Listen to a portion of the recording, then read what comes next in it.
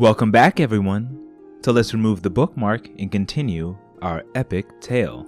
So, Liberators, you have left the town square hall. We've accepted the quest from Corben, and he has went off to prepare, giving you the address of his place of business within the Light District. So, about a couple hours have already passed, and he said he would need about 2 to 3 hours to prepare. What would you like to do? Horatio would like to go to the Corporis Arcana, and no, I'm just kidding. I don't know. What are we gonna do, guys? Let me just drop all these reagents off at home so that way we can do the ritual tomorrow night. And then we'll head over to his, right? Yeah, I'd like to get going as soon as possible. Well, it's both our home and theirs are in the Light District, so it shouldn't be too much of a inconvenience. That's true. Alright, so where are you all headed? Home? Back to the mansion to drop off some things before we go on our adventure. Alright, so you all gather together and start heading off towards the mansion. It doesn't take you long to get there, probably about 10 minutes or so. Passing by, you see a little bit of the remnants looking down the familiar alleyway where the vampiric-like entity had been destroyed. You see just like kind of a flutter of cloth, and then keep on walking until finally make it back to the large manor. Opening up the gates and stepping through the door, you see coming through the marble-like walls the familiar automaton kind of piercing out of it and going, "Hello, welcome back. Is there anything I can do for you?" Oh, just keep the house fresh. We'll be out this evening, adventuring, so we'll be back tomorrow. Just came to drop some things off. Oh, splendid. Where are you heading? Oh, it's a top secret mission. Of course. Well, good luck. Thank I'll be here, you. waiting, watching over the house. Thank you. Oh, house. There's a couple things that I wanted from for the kitchen. Would you be able to just? Oh, you know what? I'll leave a list. Certainly, I'll be able to do whatever you ask. And it stays there, waiting either another command or not, but it kind of just moves its head back and forth. Yeah, Minako lists some things that she wanted to prepare for a soup for the next morning because she got excited about that. Okay. It looks like it's looking into his head and goes, "Understood." I'm just gonna run up to my room and unfurl the portable hole and put in some of the items into the portable hole that were in my actual backpack and stuff, so that way I'm not carrying as much. And I'm not actually leaving any of my things or reagents or stuff in this house. I'm just sort of fixing where it is on my person before returning back to the group. Should only take me like 10 or 15 minutes. Okay. Anyone doing anything else in specific, or are you going to stay at the doorway? So, what's it like being a house? Ah, it's splendid. It is my joy and my honor to be able to serve the tenants of this house. Uh-huh. Sounds like you're pretty happy. Of course, it is my honor and joy to serve the tenants of this house. Yeah, alright. You can go now.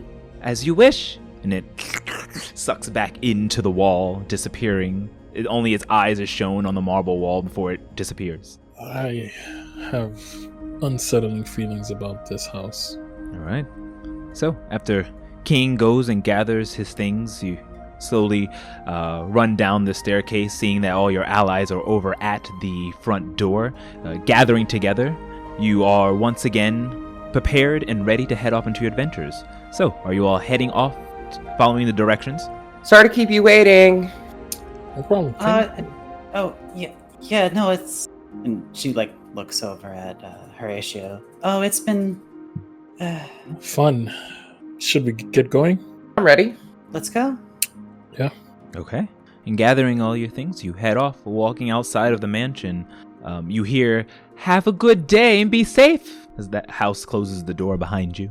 Leaving through the front garden, through the gateway, you step back into the cobblestone road, passing by the canal that of the sapphire water as it shimmers and shines. You walk down, looking at the card that was given to Horatio. You follow the directions, and it takes you about 20 minutes to a half an hour. So all in all, coming there, getting your things, and then coming back, it was about an hour. So it's the 3 hours that he said it would take seems to have passed. Eventually, you are turned a bunch of corners until you get to what looks to be the end of a long road. To the end of this road, you see it to be a 3-story building, smaller than the town hall you were in terms of width, but height, it's equal. On top of the door, you see written in several different languages, Koben's demon hunting, as well as what looks to be a symbol of a demon of some kind. The artistry, the carving is a little bit crude, so you can't quite make out what demon it is, but nevertheless, there's a sword chopping its head off, as it's very brutal. Would I have ever seen that depiction in any religious texts I've read? No, looks to be just probably an artist's rendition. Okay. Of something. But walking up, it's similar to your... Actually, no, it's not. You do walk up. The door is made out of what looks to be some type of mahogany wood. It's very well done, and it's actually pretty fancy. There is a large door knocker onto it. As you try to open the door, it is locked. Knock, knock, knock. Okay. Lifting it, you knock onto the door. There's no sound for about a minute. Knock again, and you hear, one moment, please. One moment. Just getting my last boot on. There. And you hear click, as the door opens up, and there you see Koben. But instead of wearing his kind of wizard cloak that he had before, though he's still carrying that long, thin sword that he had, he's now wearing what looks to be more of a leather armor and leggings, long boots that have many straps onto the belt, knives tucked into the side of them, as well on his back, because his sword is on his side, his left hip. On his back is a large battle axe onto it. He looks more like a fighter or a barbarian than a wizard, but nevertheless, his beard that was kind of long is now kind of tucked into a ponytail, but from the front his hair is brushed back, and he looks slicker this time, more battle ready. You all here? Oh, please come in. We can discuss our plan of attack and then head off. And he beckons you all to enter.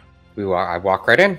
Okay. So as you all walk in one by one, the first thing that hits you is the smell. And it's not a bad smell, but it is a strong smell of leather and incense that first hits you. The entire inner, there's a staircase going all the way upstairs. That's the first thing you see to your left. Further down, you see mantles of all different types of creatures. You're not sure if they're demons, because usually when demons die, they disappear, but there are fangs and weird, strange heads and furs all lined up like trophies.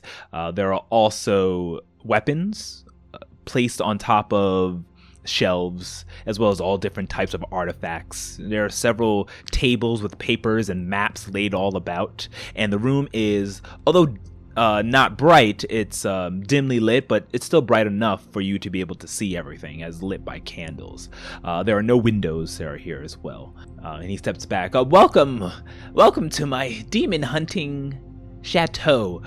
As you can see, it's just me here. Unfortunately, I've lost quite a bit of my employees, but nevertheless, I feel that you are strong, strapping adventurers, and we'll be able to get through this. Do you expect us to be your employees going forward? Because I'm pretty sure we said that this was a one-time deal. No, not at all. But, I mean, as we discussed, you had some issues with the undead, and let me know about some undead within my city, so we could possibly do business together in the future. If you are as powerful as you seem and say you are, of course I'll pay. Okay. But no, I don't expect that, of course. Oh, good. Then we're on the same page, no problem. Of course. Well, I like to deal half now, half later, so as I promised, 1,000 gold. So here is 500, and he takes out a sack from his back pocket, and it jingles, and he puts it right in front of you on top of a table that you're all standing next to. Checking inside, you can all see that it looks to be like 500 gold in there. And then 500 once we complete the job. Of Great. course, anything we find along the way, it's free and yours to take. That sounds great. Is there anything that we should know extra or discuss about this creature before we head out? I think a good plan of action should be well thought out before we get on the water, especially knowing what happened last time. Well, from what I know of this creature, what happened last time, it has these weird claw hooks for hands, and it likes to drag in its prey. Also, it does have the ability to shoot out water spouts, so be aware of that. It may try to drag you in. The water can be pretty deep, but we're going to go into the shallower area. But the depth changes throughout, and it's a pretty strong current. So I would try to stay out of the water, though we must go in it first to lure it out. I can do so. You don't worry. Just be ready to attack once it pops up. Are we not going to use the fish bait? Oh, yes, but we have to put the fish bait into the water for it to go after it. Of course. Because of the demon presence, there's no longer any fish within this river, which is also a plus if we can respawn the local wildlife in it.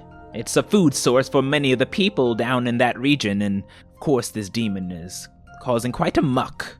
Not only eating the people, but eating the fish as well. All right. And as they're having this conversation, Horatio would grab the 500 gold and just take out 100 and give it to everyone. I guess we kind of pass it around. Everyone takes out 100. Yeah. All right, so you just go ahead and add 100 to all of your golds. All right. Other than that, well, demons like to poison, so I would be sure we make sure we have some type of antidotes. Unfortunately, I'm all out from the last battle. I have enough herbs to create 2 antitoxin potions. Let me see here. I have an herbalism kit and a medical kit. I can also cast Lesser Restoration. I can also cast Lesser Restoration. DM, do I know how long it would take me to create 2 antitoxin potions? Are you proficient in any of the kits? Like an herbalism kit or I alchemist kit? believe I am. Give me 1 second. Let me check that. If so, it will take you... I think I'm with an alchemist kit. Yeah. Okay. I am proficient in the herbalism and medicine kit, which is both required to make potions of healing and antitoxin, it says. So I could help you if you are as well. Let's see here. It will take you... Since you're proficient and you guys do have a lot of good reagents within it, I would say it would take you about 4 hours to create a potion. Do you know how long it's going to take us to get there? About a half a day. All right, well, I can maybe jump in the portable hole as he looks at King and says, and just create some of these for us while we travel. I do have also 8 vials of antitoxin already that we purchased. Do we need more? Do you think that would be insufficient? I think 8 is quite a lot, actually. There's only 6 of us. Alright, so then I don't know if you need to do that, Horatio.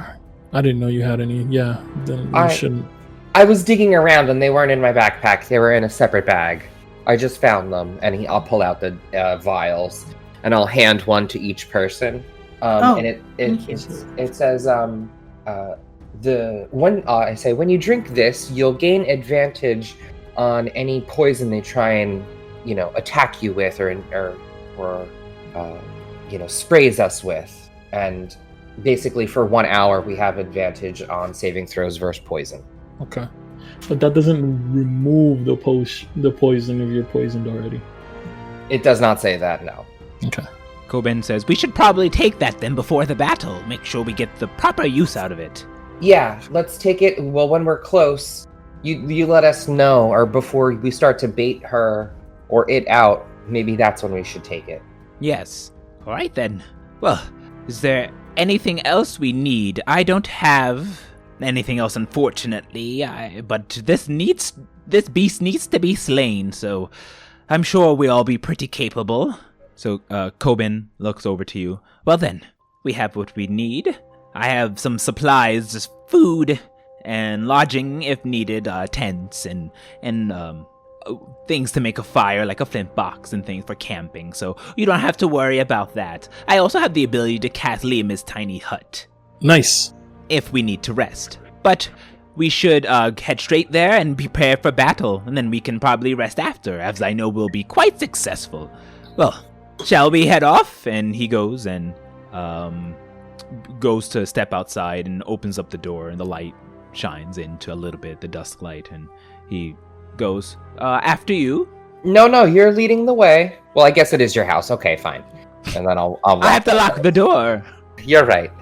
Okay, and you all step out, and as the last person steps out, he goes, moves his finger with a flish and a flick, a swish and a flick, and in doing so, you hear the door slam down, and the door locks up, and he goes, well then, let's go. We have to head to the tram that would take us to the gray district, and from there we'll leave and head south. Follow me, and he begins walking towards the tram that you've all taken. You begin walking down. Doesn't take you very long to reach the tram. Staying there takes about 10 minutes for the tram to arrive. Stepping on like you normally do, the doors open up. As you step inside, taking your seats. It's not very busy at this time, although it's getting a little bit late. Getting probably around Horatio, you would see it probably around like 5-6 p.m. at this point. After all the hours it took you to meet up with the other ones and gather your things and talk with him. As the tram takes you over district to district, and you feel the force field come upon you as you go into the lower power of each of the circles.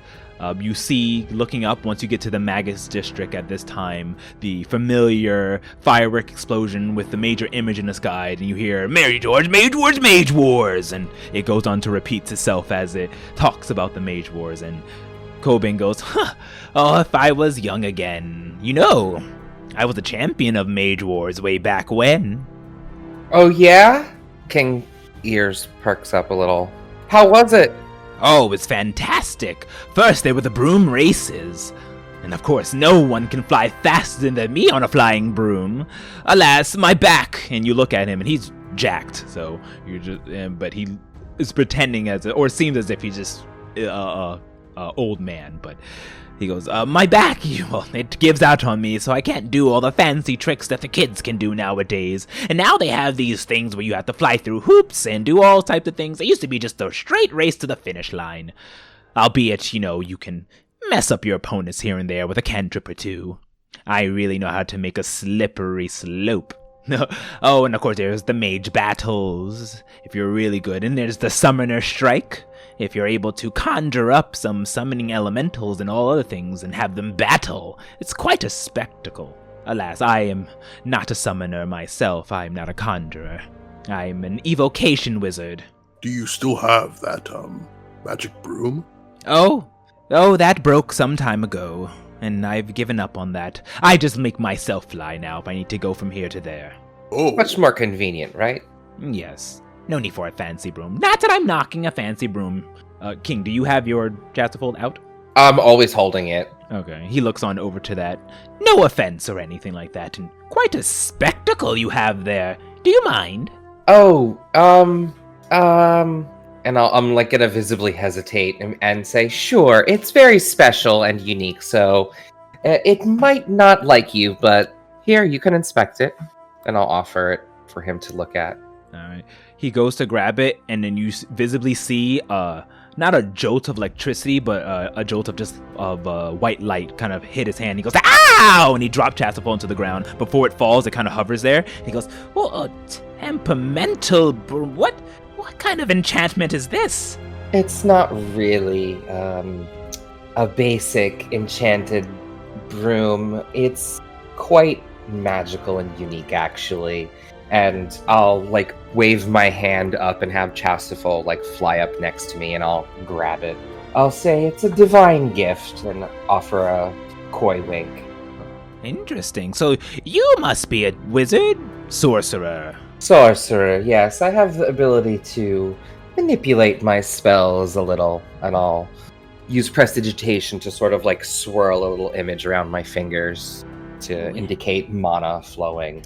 Interesting. Well, nevertheless, I lost my broom long ago. And, well, I don't have it any longer. Sorry about that. Oh, question. Are you guys still in your... I know you've already admitted that you are not in your true forms, but is the spell of making you all look human still active? It's been probably about 4 hours. Oh, yeah, no. I would have dropped it. I'm sorry. I forgot to mention it, but I would have dropped it when we went to meet up with him.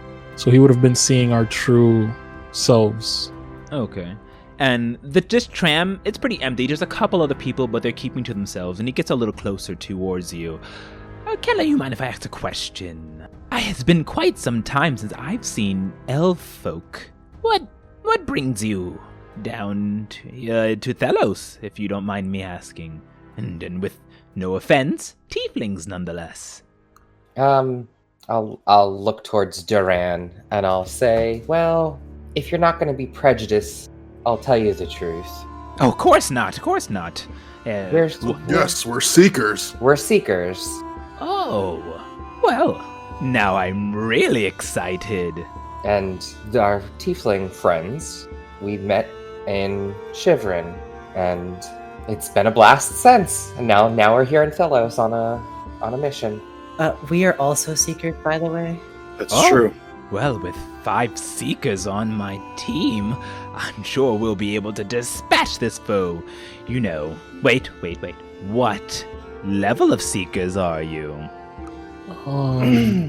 I flash my badge on the inside of my duster. Coolly. He looks at it and he gets close. Oh, Electrum seekers. I'm so sorry. I feel that 1,000 gold is not enough as such help. Definitely, if we get through this alive, I'll do whatever I can to truly make it up to you.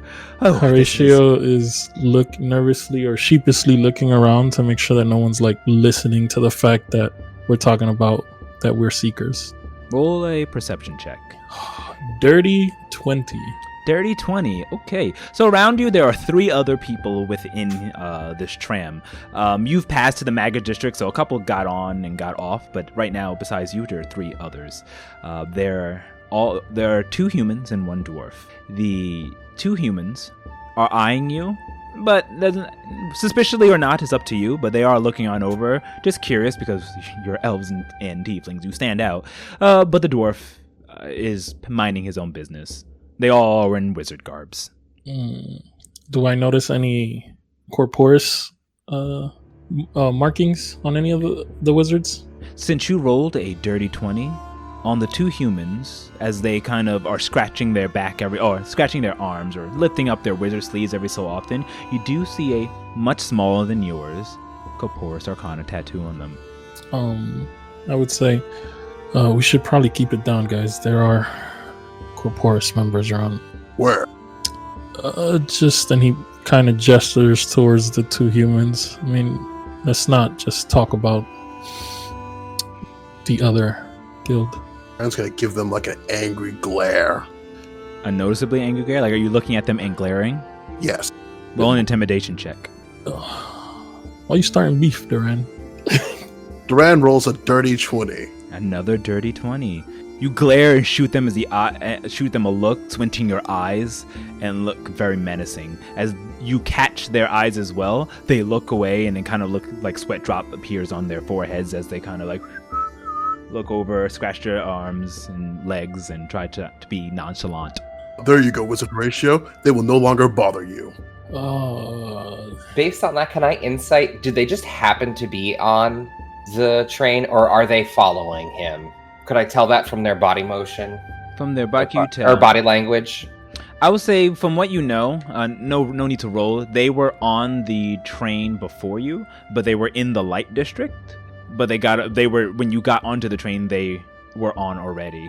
Okay, they walked on and we walked on as well. Yes. So they were at the train station at the same time before you. So it's not conspicuous. Okay.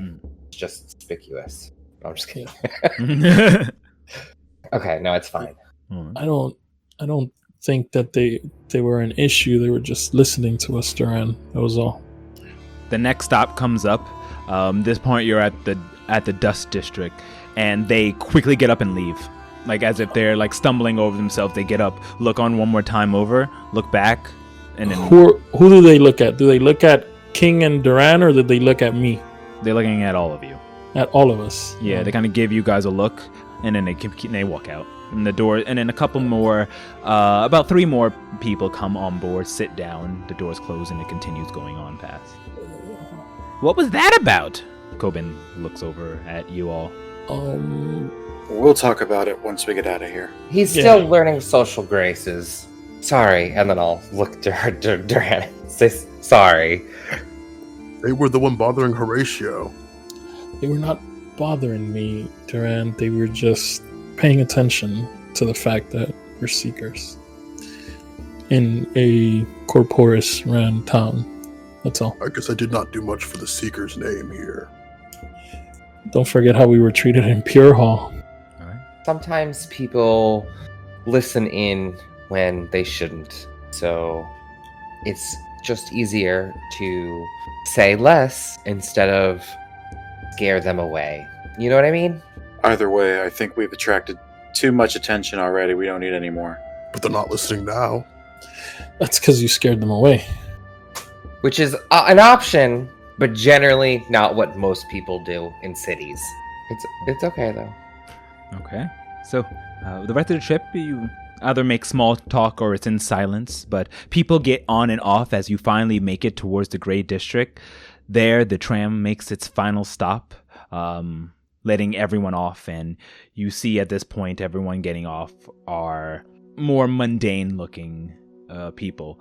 You are probably the best dressed and most powerful-looking group who's on the train left as everyone gets off and begins walking to their destinations. You all head off one by one, going down the stair steps until you find yourselves down on the streets of the Grey District. Cal, you know these streets too well and can easily navigate yourself out, though Koben leads the way, heading towards the same gates that you had entered in before. You need to have a permit as there is a curfew due to the undead that's been seen around, Koben says to you. But not to worry, as I am a demon hunter, I am allowed patches in and out as I please, from the crown itself. So, let me just do the talking and we'll be fine. And he begins walking up into the large gates that you have first entered from, and of course, two Unity Knights step forward and say, "A halt! Do you have business leaving the city?" And Koben says, "Yes, I'm Koben, the demon hunter from the Light District. I here carry this pass by the order of King Terminus and his table." And he shows a fancy-looking parchment. On it is written a whole bunch of words that you're not able to catch immediately as he flashes it, but there is this symbol of what you know to be the king's seal onto it. Kind of similar in work how the Queen of Fia places her seal on her document that you have as well. They look it over and he wraps it back up, placing it back into his little pocket pouch. And he says, "Are we good to go? Are they with you?" Yes, they are. These are all of my hired help, and they're here to slay a demon. You know, the demon near Goldgrass Ranch. And the two guards look on over, give a nod, and part ways. "Thank you. Come along now.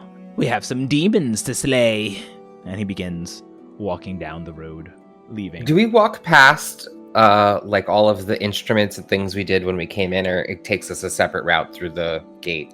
No, you passed everything you passed before. Could we like touch the Oh no, scanner? that was inside of a building. You were okay. You were passing the building, but you were not. Yeah, we passed. That's what I was thinking. If we were passing the building that we went in, okay. Mm-hmm. Right. Otherwise, King was going to be sassy. Touch the thing as we walk past, but All right. So you leave the entrance outside. You leave the entrance/exit of Thelos, stepping back into the world of Duskhaven, into Thelos. It is noticeably not as bright as it was as you were in Thelos, and it's back down to its very much setting sun, almost twilight. And you begin walking down the pathway. Much more comfortable.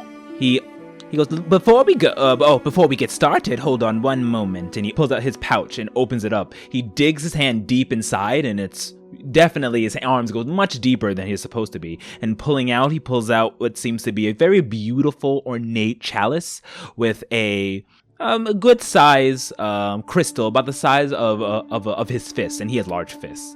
It seems to be swirling around on this golden chalice. And he speaks. He talks to it and says, "Nefnak electium." And all you speak Elvish know that he spoke Elvish, and said, "And now to activate. In doing so, around you a 30-foot barrier erupts and creating what you recognize as symphony. There, we should be protected from demons and all those crazy things on the way. I'd rather not expend any energy on small fries. We have to keep our strength up to defeat the big one down at Goldgrass Ranch. How long of a walk is it? Well, walking, it should take us probably about another 8 hours to get there. I think we should probably get there faster, right? I mean, if we can, yes. I mean, I can only fly for about 10 minutes, and I'd rather not use my magic. It's alright, I have this. I'm gonna stand back and do a Sailor Moon spin of my chasufold around me and do extra flourishes and throw it up into the air after a dance and say, chasufold, unicorn mode, and have it break and separate into its rods and mobile mode activate. And I'll say it, Nef, Nef, Nef, Nef! And I'll say it in Elvish, so that way he understands too. Okay, so in doing your spins and swirls around, the pieces of chastifold break off first. The bottom part of the handle, it's the middle, the top, and all the other pieces of this long spear-like unicorn staff. And in doing so, all the pieces fall to the ground, and Kobin's eyes are big and wide open as he's seeing this majestic use of magic. As they all land one at each of your feet, a beautiful unicorn, all in different shades and colors of the rainbow, appeared next to all of you. And it's their long manes flowing back and the wind blowing it. And he just goes, "By the Trius, this is beautiful. You are divine indeed." Sorry, if you're going to thank anyone, it would be the Prolephacy.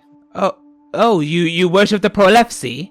Yes, and you should be thankful of them as well. Well, praise the old gods and the new. And the new. All right, I'll accept that. Praise be. Praise be the old gods.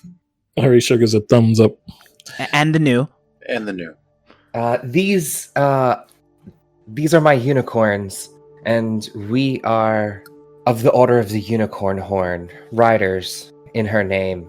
These are a gift from Myliki, and my unicorn will bow, and I will mount it. And I'm assuming there are still only the 5. He didn't get his own, so I'll offer a hand to him and say, "You may ride with me." Ah, excellent. Yes, there are only 5 appeared. And he goes, "Oh, thank you. Myliki, you say? Oh, is that where your divinity comes from?" Yes. Not as great as Artemis, but she is powerful in her own right, I'm sure. She's careful. I would tread carefully. I'm sorry, I don't mean to offend. It's fine. It's all right. I apologize. How long have you been a wizard? Oh, I've been a wizard I've been practicing since I was a wee little child. I'm about 75 now. Don't tell anyone. I'm sure I don't look like I'm pushing 60. You look very young. Thank you. I try. I work out a lot. I can tell. Yeah, A wizard has to have a strong mind and body as he flexes, and you can totally see his ripped body as he flexes. Like I said, he's comparable to Duran. That's impressive. Well, shall we? Come on, let's lead the way. okay, so let's just head south from here now.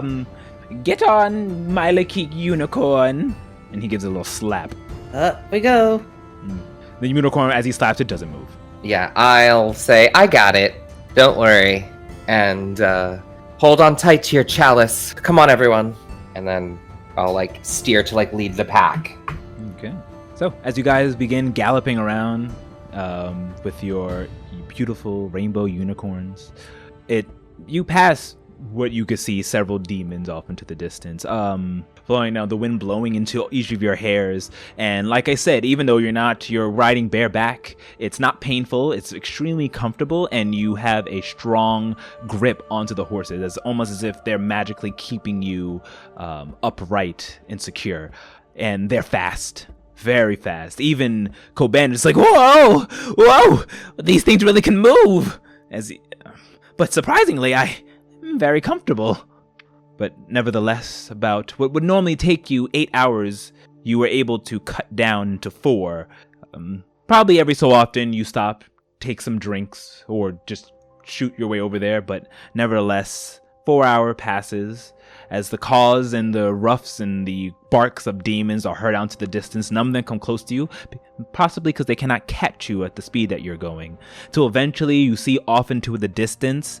The first thing you do, actually, all of you roll me perception checks. It's about to go down, babe. And as we're sort of traveling in brain chat, Minako gives some inspiring words, saying that this is nothing that we've handled. We've handled things like this before. Even though we may have trials ahead of us, and even though things have happened that may hurt our ability to perform, we're all coming back home, and we have good reasons to keep going. And she will use Inspiring Leader to give everyone temporary hit points. All right, and you all receive those temporary hit points with the exception of Koben, who does not have an earring ascending. Oh yeah, he doesn't get it. Yeah. So, sorry, Koben. And she says that it's like this, and she said this, and then she said this. The best part was when she told us to believe in ourselves. Yeah. well, as you guys are riding, there's nowhere you're going. No, I know. I'm totally kidding.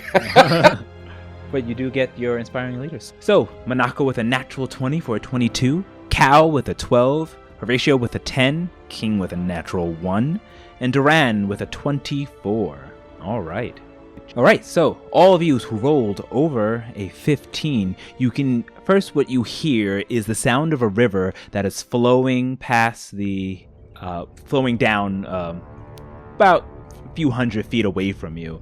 Its rushing waters are crashing against the rocks as you can hear it splashing back and forth.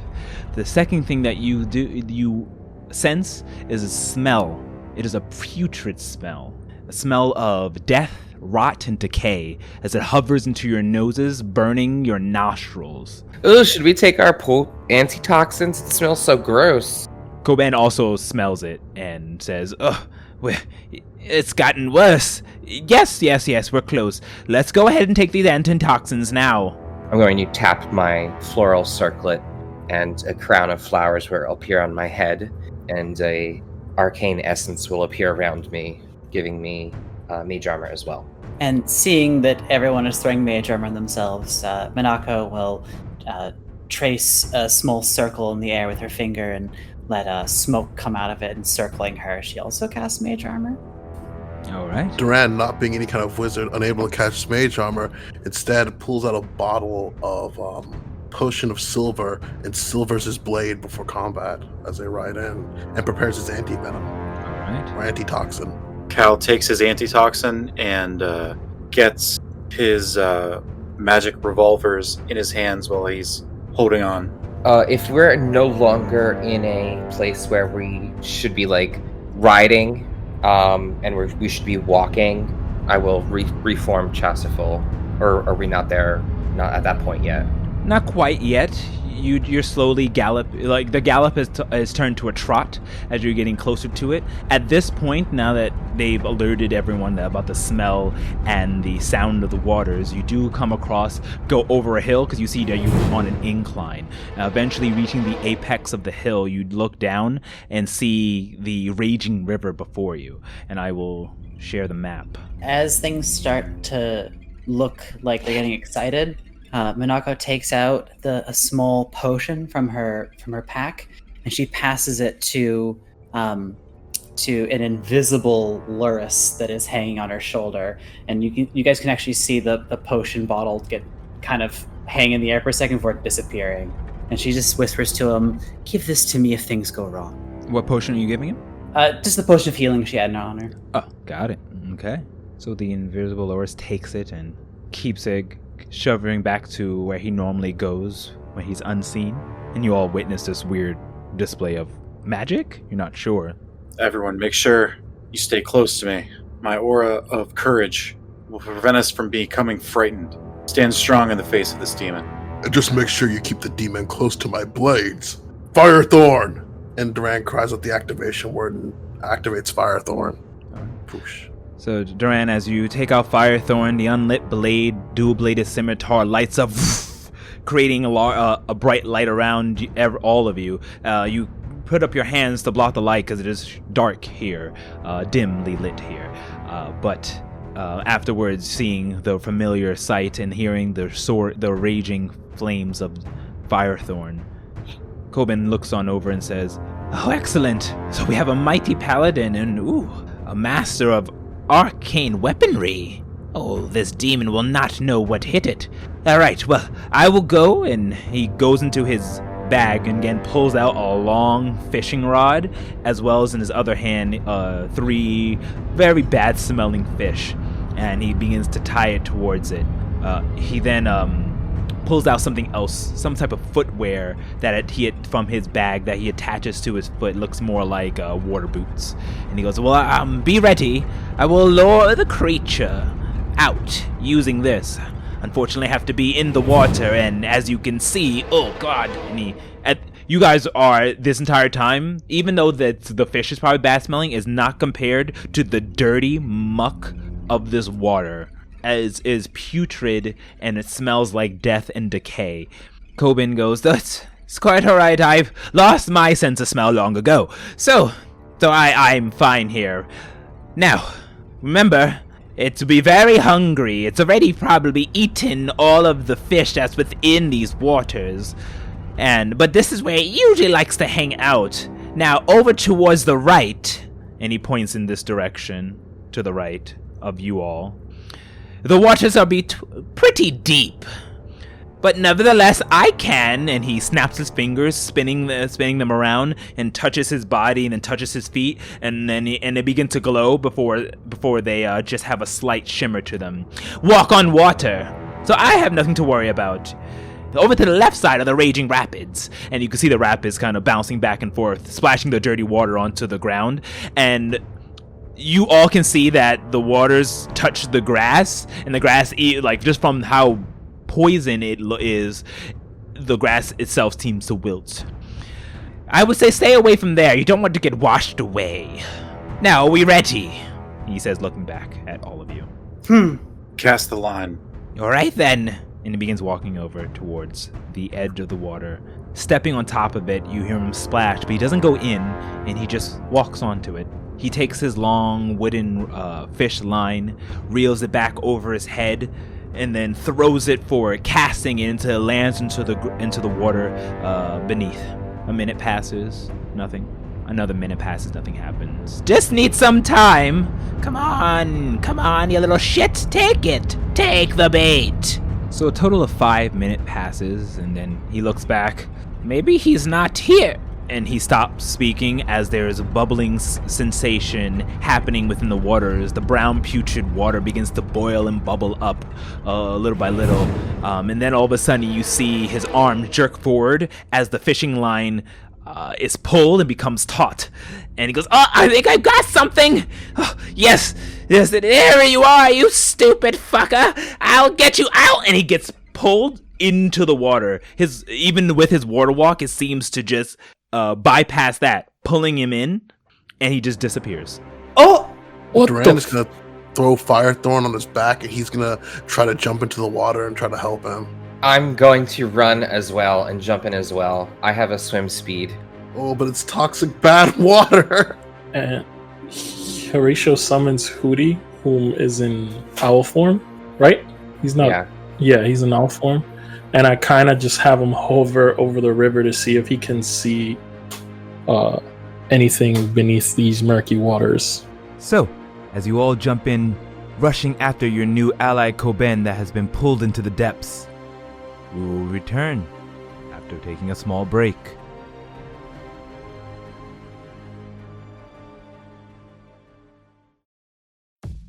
Hi, I'm the Tale Weaver Omar, and DM here at A Tale of D20's Network. Hi, I'm Zektown, and I am the DM here at A Tale of D20's Network. Zek, you know I am the Dungeon Master for the drama-fueled, anime-inspired fantasy epic Descent into the Void, right? Yes, But Omar, you know I am the Dungeon Master for the comedy-riddled, trope-smashing fantasy epic, The Natural Ones. I guess both of them are perfect shows for a tabletop podcasting network. It's a good thing that people can find us at ataleofd20s.com then. Yeah, you can also find us on Twitter at A Tale of D20s. That's at ATALEOFD20S, A Tale of D20s. And you can find each show on Twitter at The Nat Ones Cast, at THENAT1SCAST, The Nat Ones Cast, or Descent Void at DESCENTVOID, Descent Void on Twitter. So, if you want thrilling drama, or a side-splitting comedy, A Tale of D20s has you covered.